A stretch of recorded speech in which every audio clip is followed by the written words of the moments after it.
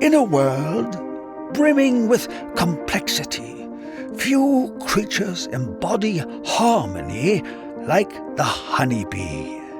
With tireless precision, she dances from bloom to bloom, each motion guided by millennia upon millennia of instinct, each act in service to the whole. And then there are the beekeepers, watchful stewards of this ancient symbiosis. Part agri-scientist, part poet, they move along their hives with the efficiency of Mo, Larry, and Curly, tending to the bees' needs as best they can comprehend, and with the infrequency of a waterfall in the Sahara, sometimes running off, flapping and flailing like a penguin on a hot sidewalk. This is their journey.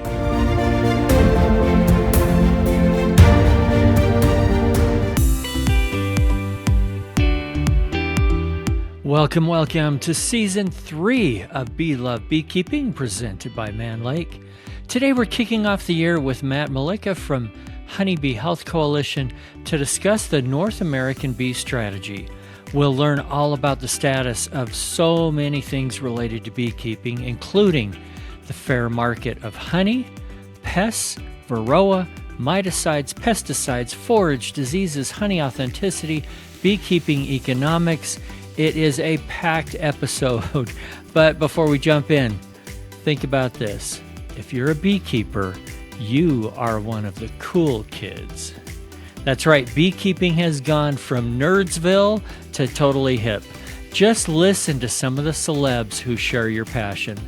Rod Stewart and wife Penny Lancaster have 8 hives on their estate. Ed Sheeran has bees. So does Stacey Solomon, Sir David Beckham, Beyonce, King Charles, Queen Camilla, not together of course, Princess Kate, Meghan Markle, Morgan Freeman, Scarlett Johansson, Leonardo DiCaprio, Sting, Jennifer Garner, John Bon Jovi, Christy Brinkley, Angelina Jolie, Bruce Springsteen, and of course, Martha Stewart. So don't be afraid to shout it loud and proud. You're a beekeeper and it is cool. By the way, if any of you celebs would like to be on the show, send an email to eric@beelovebeekeeping.com. I won't be holding my breath, but it would be fun. I'd like to welcome to the show today. We have a really special guest today, Matt Mulica. How are you, Matt? I'm doing well. How are you, Eric? I'm doing fantastic. It is a beautiful day here, and you're just across the mountains from me in Colorado. Mm-hmm. We both need snow. It'll come. Yeah. Yep. It's a little too warm for this time of year, but it'll come. Always does. We're going to be talking today about the North American Bee Strategy report, which came out recently. And man, there's a lot to it. We'll try not to get too technical or too in the weeds, but give some practical advice that's come from all of this. And why don't you just jump in with giving us a brief, what the heck is the North American Bee Strategy and why do you do it? Sure. So I run the Honeybee Health Coalition. And so this is a group that brings together beekeepers and agriculture. The beekeeping industry has a couple different associations, and more when you look at U.S. and Canada. It's kind of a hierarchy, right? You have your local clubs, you have your state associations, and then you have your regional associations like WAS, EAS, and HAS, and then you have your national associations, American Honey Producers Association and the American Beekeeping Federation. In Canada, they have a similar kind of structure, but clubs, provinces, and the national associations. And the national associations are the Canadian Beekeeping Federation and the Canadian Honey Council. We share almost all the same problems. Bees don't recognize borders. I was approached 18 months ago or so by the national associations of the US and Canada to come up with a strategy that they can all lean on together. And so we started meeting and started talking about, well, what are the most important things? And they came up with roughly the three big buckets of pests and disease, the honey markets, and research. You can go to Honeybee Health Coalition /NABS, and you can find this document they really spent a lot of time on. It goes through Varroa management and what's needed in Varroa. It goes through Tropilaelaps and how do we keep it out? And if it ever gets here, what do we do? It goes through the honey markets and threats from adulteration and importing honey that's not really honey. How you test those things and how do you prevent beekeepers getting underpriced by things that may not be honey. And then it goes through research and how we really put forward more applied research, less hypothetical research that can lead to better bee health outcomes and give guidance to beekeepers on how to have healthier hives. And that URL that you mentioned, Matt, we'll stick that down in the show notes in case anybody wants to pull it up.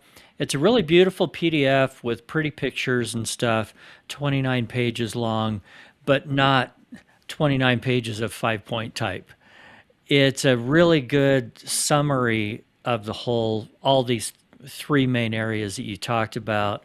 You could do 100 pages on each one of those easily. So if people want more detail, I don't know, where's a good place to start?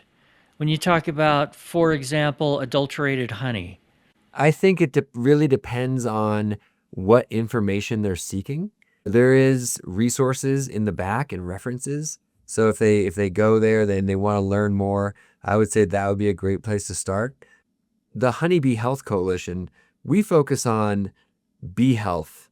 And we know that bees are in and around agriculture all the time. Like beekeepers don't have enough land to own where they can keep their bees. So there's always going to be these interactions with agriculture.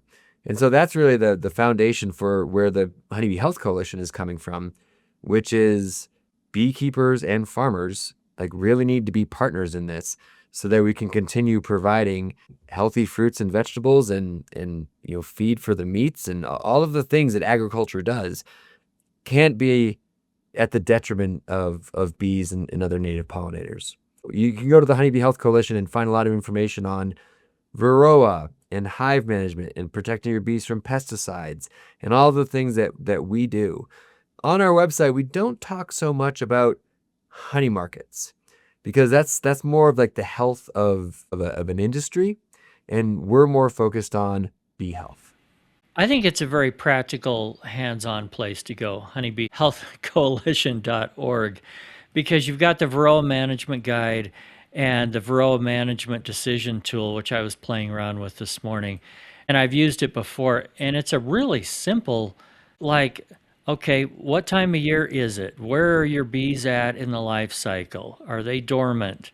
Is the population increasing or decreasing? Are you okay using chemicals versus natural techniques or cultural techniques? Thank you. Natural chemicals too, like your acids and things like that. So that Honeybee Health Coalition website is awesome and a really good tool. It's really practical, hands-on kind of stuff. That's what I like about it for beekeepers of any size. And we'll go back and forth talking about that in the North American Bee Strategy Report. I have some questions getting back to that report, if you don't mind, Matt. For those that haven't heard much about Tropilaelaps, give us a non-scientific, what the heck is this thing and how do we keep it from invading? So Tropilaelaps, I think, are originally from Southeast Asia and like Vietnam and Thailand. And they're a pest or a parasite of Apis cerana and Apis dorsata. So all of our honeybees are Apis mellifera, the European honeybee. And this is like the giant Asian honeybee. They're about a quarter of the size of a Varroa mite, and they're incredibly fast. So you look at them on a hive, and they are moving around at, 10 times the speed of a Varroa mite. If they hit North American beekeepers, it's going to be devastating. They reproduce quickly. They, have the same detrimental effects of Varroa in spreading and disease. And they can move through different colonies quickly. And so right now, we do not have them, and we're trying to keep them out. Incidentally, about this last summer, there was a cargo ship off, the coast of New Jersey that was traveling into the U.S., and they found a swarm, and they destroyed that swarm.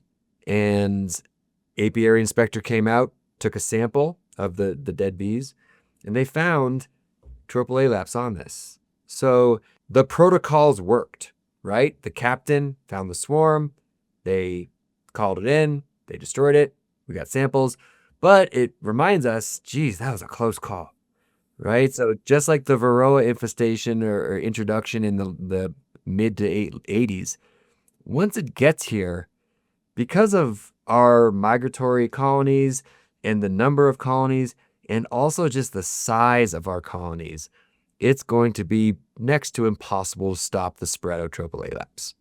So that's the highest level of, Jesus is an important issue. And we can talk to people in Australia that not many years ago, Varroa finally showed up, and it spread through that country so fast that they couldn't stop it. They tried, and it was just too late. And they also do a lot of migratory beekeeping there, like we do here in North America, which is how it spread so darn fast. I did read recently that Canadian beekeepers have asked their government to, I believe, outlaw imports of bee colonies from anywhere outside of North America. Is that the case? They've asked that they not import bees from areas that have Tropilaelaps or countries that are adjacent to those countries that have Tropilaelaps. So I don't think they're saying nothing from the whole world, but we kind of know where Tropilaelaps is and isn't. Let's not import bees from areas where it might be, or we know it is. Do we have any in South or Central America? I don't believe so. Okay. So we don't have to worry too much about if we're bringing bees, say, from Mexico up. In the North American bee strategy, that's in a link to an evolving map, because it's obviously it's moving. But yeah, you could take a look at that. Thailand, Vietnam, China, India, Georgia, Uzbekistan, Russia is an unknown. Ukraine likely has it, and then it has not spread further than that. Yeah. And then it shows further south, Indonesia, New Guinea, Vietnam, places like that. And then you mentioned that research is a real big part of what we're talking about. With all of this, and I assume some of the research even going on from here is about these tropy mites, because if they get here, we need to know what to do about it. Is that what you're finding? Yeah, there's a ton of research on how Southeast Asian beekeepers control Varroa. So you have Auburn does a lot of great work with Jeff Williams and Sammy Ramsey out of CU Boulder, Colorado. And a lot of this is funded through Project Apis M. And they're really just understanding the impacts and the control methods that beekeepers who have Tropilaelaps are using. And a big one is brood breaks and also formic acid. There are so many parts of this report that I know that we don't have time to get into all of them. What things stand out to you that we really should discuss, especially with hobbyists and sideline beekeepers? I think the importance of controlling Varroa, being a live and let die beekeeper, is not a management technique. That you have your choice on how to manage it, whether through synthetic chemicals, natural compounds like oxalic acid, cultural techniques like brood breaks and requeening. But just thinking that this European honeybee will somehow evolve to control Varroa without any human intervention is not really a management technique. And that's one thing that these groups came together on, is saying, you have to do something. If you don't do something, you will infect your neighbor's hives. You will infect other hives. You're not a successful beekeeper if you do absolutely nothing to manage Varroa. I think that's important that they came together and said that. It may seem early, but right now is a great time to order your live bees for 2026 because they do sell out and because Man Lake is offering a discount for Beloved podcast listeners. Wait, what? I know you're saying live bees, they never go on sale. Well, they are now. Click on over to Man Lake, order your bees any variety, nukes or packages, and anything in the beginner essentials category. And when you check out, use the code Get Started in Bees. It's down in the show notes so you don't have to remember for a discount on everything. So get your orders in early and save. That there needs to be more coordination between the US and Canadian governments. We are in this together. And while beekeepers can do a lot, we also need the help of the federal government and also the apiary inspectors and others. I would say that it's a really good starting place, and it's also going to be a living document as this is an ever evolving issue. Back to what you were saying about management, I'm going to use myself as a really bad example of someone that was very ignorant when I got into this many years ago. And I heard about Varroa, and I thought, well, I'm buying a couple of packages of bees.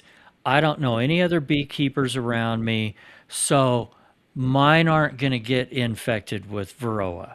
I'll be fine not doing anything with them. Like the flu. If I'm not around someone with the flu, I'm not going to catch it, right?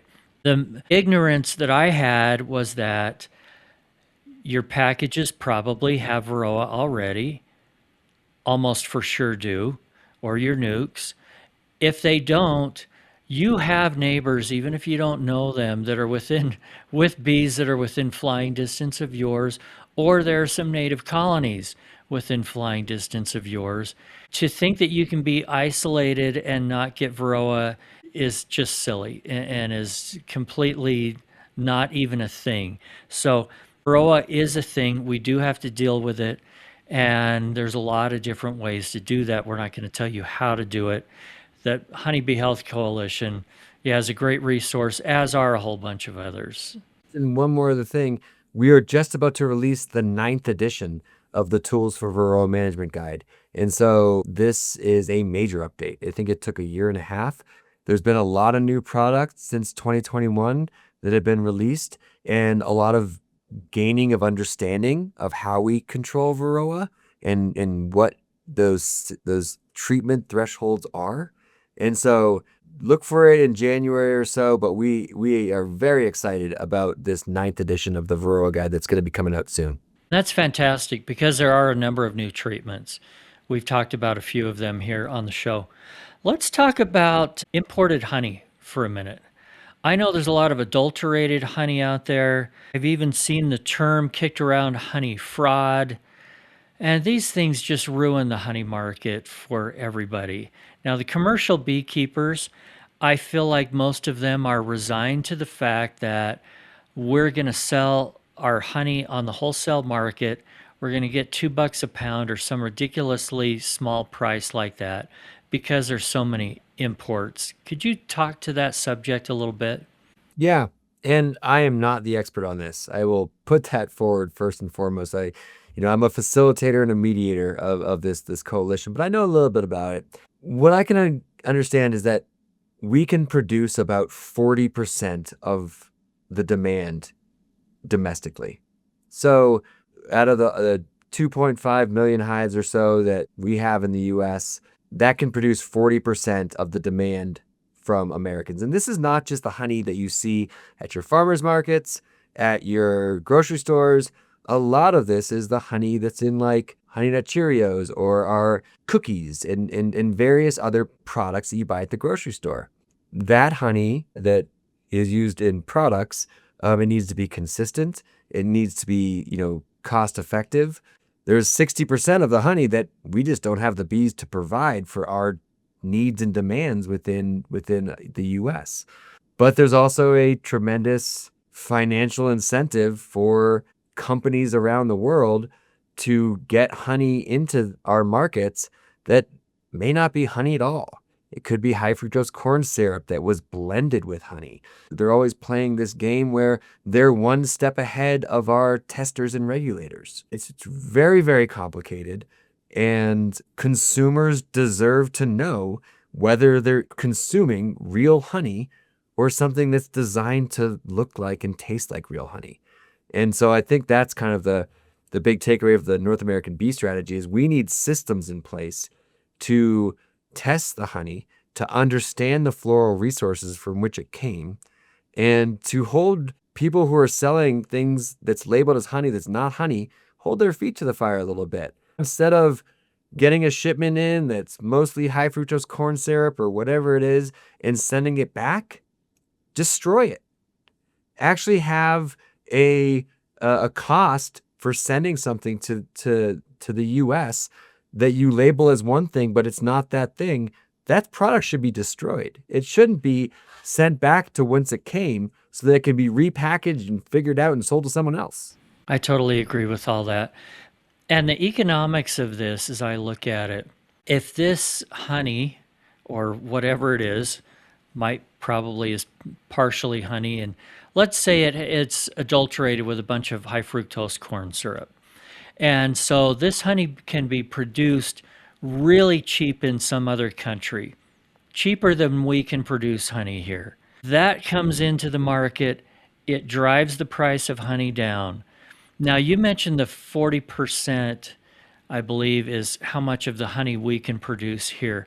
I believe if the economics changed, if we could figure out how to keep more of that adulterated, cheap honey product out of our market, beekeepers here could step up and say, I want to produce this much more honey if I can get this price for it. I think we could produce a lot more than 40%.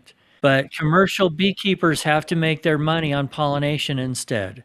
I don't know how that would work. I imagine you're right. You're a beekeeper. I'm not. Are we at the carrying capacity for how many bees can live and produce honey and have a place to live? We won't know until the economics change. Yeah, and I'm trying to think about it. I don't know if it's we produce 60% of our needs and import 40%, or if we produce 40% of our needs and import 60. I'm a little confused on that. It's one of those two. Either way, We can't produce all of our demand. I'd love to see us produce all of our demand. Yeah, 100%. That would be great. Is that ever going to happen? Who knows? And unfortunately, there just isn't a way to test all of that honey being imported. And this is where it comes back to what you're talking about, Matt, with these different honey and beekeeping organizations working with federal government entities. You know, that's a nasty word there, but there are times and places we need to work together, and that's certainly one of them. Another one is the spread of diseases and things like that. So, well, I'm going to get off my soapbox now and jump down. And let's talk a little bit about pesticides. Our bees are going to fly farther than we have land for. And I know you spend a lot of time with the relationship between ag and beekeepers. Tell me how that works. How's the relationship? Do we love each other? Is it kind of tough? How do we make that work better? I think it's getting better. So in our country, when you have to register a pesticide, whether that's for a crop pest, like an aphid or something, or whether that's the Varroa mite, you have to go abide by FIFRA, right? This is the federal law that says you will need to do these tests and provide us this information, and the EPA will evaluate what you've put forward and deem if it's safe for the humans and the environment. If it is safe for humans and the environment, then we will register it. But you talk to beekeepers and they said, but my bees are still dying. And you can see there's acute effects from pesticides. That's when a insecticide or something that's been tank mixed is sprayed using an airplane or some kind of spray rig. And if you spray an insecticide on a bee, it's going to die. It's an insect. And then you also have like systemic pesticides, right? So these are the things that are put on seed coatings. So then beekeepers get exposed, or bees get exposed to bees, and it really, if it's they can get weakened or they can get killed. I talk to a lot of farmers, and input costs are a huge part of the equation of them running a successful business. So they don't really have an incentive to throw things into the field or put things down in the field unless there's an issue. And they have a lot invested in that field. And so, for example, Almond Board did a big evaluation of fungicides in fields. And if a farmer gets fungus because they didn't lay down a fungicide, it's too late. So there's a certain amount of like insurance that they can have by putting down a fungicide.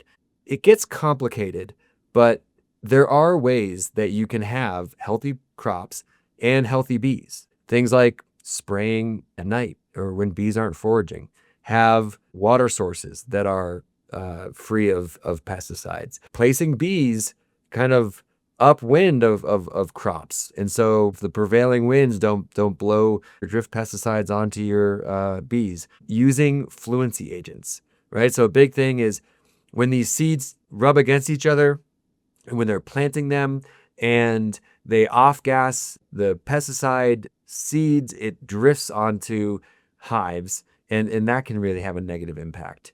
There are a lot of things that farmers can do, and beekeepers, that can protect bees. Planting forage, that's a huge one, just like the human body, right? So imagine when COVID hit and you have people that were healthy and strong, and they were more apt to be able to withstand or recover from COVID. It's the same with bees. If bees are getting good forage and they're nutritious and they've got good water sources, then when they get hit by pesticides or Varroa, they're going to be stronger and able to survive that. So it's really just human health and bee health have a lot of similarities, but it's certainly a complicated topic and one that we delve pretty deeply into in the Honeybee Health Coalition. It is complicated. Would it be fair for me to put some herbicides in this conversation too? Yeah. You've mentioned the term pesticide 100 times, fungicides twice. Herbicides can't all be safe, can they? Pesticides usually is herbicides, fungicides, and insecticides. Herbicides kill whatever plants they come in contact with, unless they're like the plants are designed to withstand them. And so when you talk about healthy forage for bees and you have a compound that will kill those flowers, it's incredibly important that those herbicides stay where they are put down. And so if you have a lot of flowers that are right next to a field and herbicides drift onto them, they're going to kill the flowers, and they're not going to be available for bees to forage on. And so certainly it's really important that we control herbicides. Also, you talk to these experts who are bee pollinator forage planting experts, like they all they do is create habitat. What they recommend is that you lay down a year or two of herbicides to kill all of the weeds before you plant a pollinator habitat. So you look at the Bee and Butterfly Habitat Fund, which is basically the experts on this, and they have a planting guide. And the biggest thing with forage is that you don't want these weeds coming up and out competing your flowers in like years 2 and 3. And so they say lay down herbicides. Most certainly, an herbicide that doesn't stay where it's intended to is going to kill flowers, and the bees aren't going to have those flowers to forage on.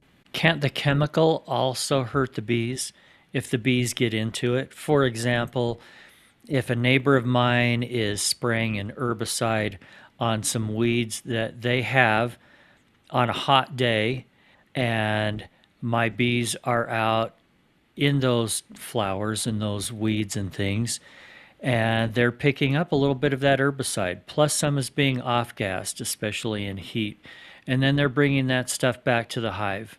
Just because it's called an herbicide, does that mean it is safe for pollinators? I'm not an ecotoxicologist, but I would think so, right? So yeah, like bees haven't evolved to be around herbicides. There are certain, across all pesticides, the warning labels on, so the pesticide applicator has to read the label. Label is the law. And so if there's a symbol on there that says, do not spray when bees are present on a lot of these herbicides. That's like part of FIFRA. And so that is... It happens anyway, Matt. Sorry. No, I hear you. And I think most certainly, like, all pesticides, fungicides, herbicides, insecticides have negative effects on bees. That's not to be argued with. That is 100% correct. Okay, thank you. And by the way, you hit the word of the day. What was it? What? Ecotoxicologist. Thank you. Ecotoxicologist. These are all the people. I am not really an expert on anything except process and bring people together. But we bring together beekeepers and ecotoxicologists and habitat development experts and all of these people. And that's what makes up the Honeybee Health Coalition, is all of these people sitting in a room together saying, what are we going to do about this? It's not easy. You're having multiple systems that are interacting. Well, I appreciate your time today, Matt. It's good to know that there are some really verified quality places that we can go to do some of our own research, because we can't believe everything that we see on YouTube, even from other beekeepers. Sorry, we can believe some of it. We can't believe all of it. Problem is, you don't know which half to believe. But the things that you're working on, we appreciate. So we have some place to go do the research. I'm going to give you the last word. Leave us with some kind of an overall summary takeaway that we as beekeepers can get from all this. I think it doesn't have to be a either or situation. Like, we can have food and bees. We can have agriculture, conventional agriculture, row crop agriculture, specialty crop agriculture, and healthy bees. And we're just trying to gain our understanding of how to do that. So I do believe that we're all one big agricultural system, and that beekeepers are as much of a producer as a corn grower, an almond grower, an apple grower, and we all rely on each other, and we have to work together. And you're helping us communicate and work together with what you're doing. And the rest of us, let's talk to our neighbors. Yeah. And a good, friendly, doesn't even have to be a debate. Let's get to be friends and let's talk. Friend over here that has a field of Roundup Ready alfalfa, that's okay. Let's chat and let's figure out, because maybe you spray the first Monday of every month, and so I know to just shut my bees up those days or something. Anything like that can help. Yeah, go to honeybeehealthcoalition.org. It's a wealth of knowledge, and it's well vetted, great information that involves beekeepers from all levels in developing it. So we're pretty proud of what we've accomplished, but we know there's more to do. Thanks again to Matt and all the dedicated people contributing to the Honeybee Health Coalition. And thanks to our presenting sponsor, as always, Man Lake. And don't forget to order your bees. And a shout out to Vita Bee Health for their support. Vita's Varroa control range of products includes Epistan, Epiguard, and now Varoxan extended release oxalic acid strips. Thanks, guys. If you haven't yet, please subscribe and follow the show. Tell your friends about it, and click on over to belovebeekeeping.com to sign up for our free newsletter. If you have a guest suggestion or topic that you would like discussed on the show, shoot me an email, eric@belovebeekeeping.com. And remember, if you're not just in it for the honey or the money, you're in it for the love. See you next week.